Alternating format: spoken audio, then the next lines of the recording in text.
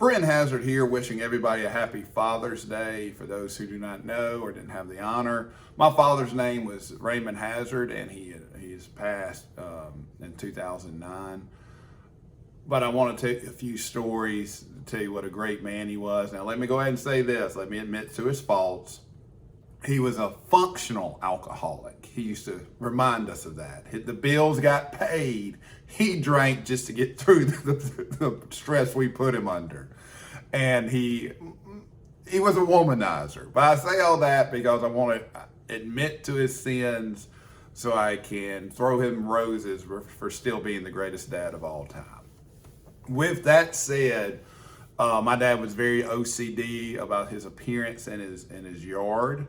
On every Saturday growing up, my dad would cut the yard, and it was an all-day affair. It started about 9 o'clock and ended about 4:30. My brother and I, we were too stupid to do anything specifically except follow orders.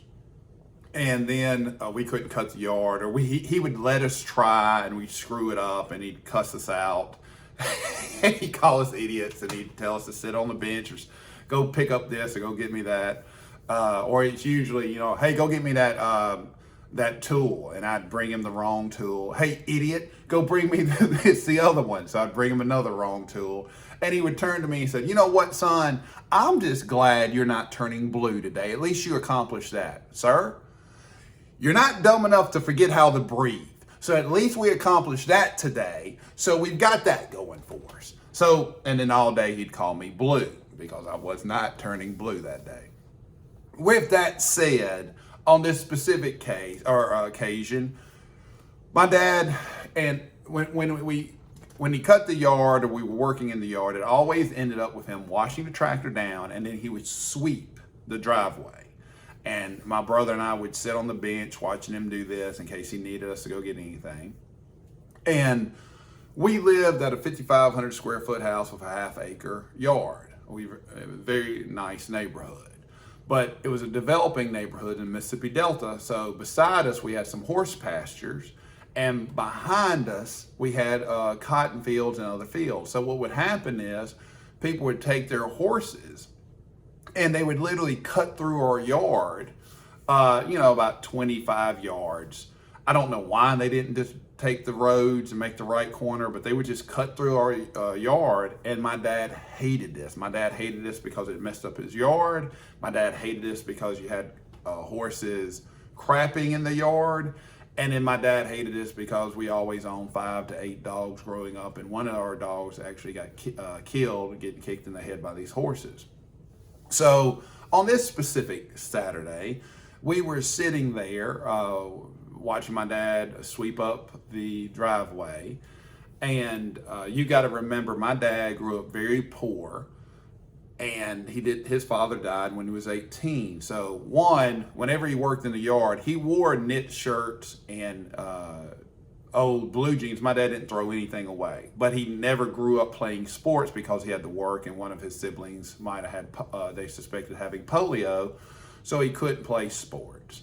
So he would never have any t-shirts. He would never have any gym shorts. It was always cutting off blue jeans for shorts. Never owned tennis shoes. It was always dress shoes that became too old to wear. And his workout shirts or his work shirts were just old knit shirts. So he kind of looked like a hobo sometimes because, like I said, he didn't have workout clothes, or we tried to buy him t-shirts. We tried to buy him shorts. He's like, why would I waste money? So he's out there in this old dress shirt and these cut off jeans and these old dress shoes, sweeping the driveway. And about this time, some horses cut through our yard, and our dogs go bark at them. And, about 10 minutes later, this truck comes flying in, and he gets out saying, "Hey, you son of a bitch, you owe me $1,500 for my horse." And my dad just looked at him. Of course, my dad smoked Winston Reds, and he had one with him. If he was breathing, he was smoking. "Excuse me?" He said, "Yeah, some bitch. You owe me $1,500. Your dog re-injured one of my horses, and I'm not leaving till I get my money." And my dad just stared at him for about 5 seconds. And he said, partner, now let me go ahead and tell you this. When a redneck, or more specifically Raymond Hazard, didn't say partner, it was partner, P-O-T-T-N-E-R-R, partner, did you just cuss me? And the guy goes, what? Did you just cuss me in my driveway in front of my boys? And the guy just stared at him, and before he had an opportunity to respond, my dad said, I tell you what, partner, I'm gonna refuse to pay for your damn horse because your horse got injured trespassing in my yard, and my dogs were just doing what they're supposed to do. But I'll make you this offer. I'm gonna go get my pistol, and if you can leave my driveway before I can get my pistol, I won't shoot your damn ass. Or you can sit right there, and I'm going. And he said, "Screw it, I'm getting my pistol anyway." And he just went to his blazer, threw it open. My dad kept pistols all over his car. Grabbed the closest 9mm, which I still have today, and wheeled around with the guy. The guy looked at us, looked at my dad, and I was worried there for a second for a confrontation. He jumps back into the truck, puts it in reverse, dust is flying everywhere. He's doing about 50 in reverse, gets out of there and just does about 70 leaving our driveway.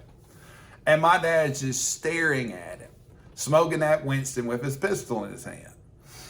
And at this point, he goes back and puts his pistol back in. And my dad's mumbling to himself, can't believe that son of a bitch was gonna cuss me in front of my boys. And I had trouble with a filter growing up. Some people will say I still have trouble with it. I said, Dad, you cuss us all the time. My dad wheeled on me and said, boy, I can cuss you. I can cuss you because you're mine. I can come in this house and cuss you because I pay for the sumbitch. But I tell you what no one's going to do. No one else is ever going to cuss you. And no one else is sure as hell ain't going to come in my home and cuss me. I damn well guarantee that. Happy Father's Day. I'll have a couple more stories coming. Go love the ones who are living. Tell them how much you appreciate them.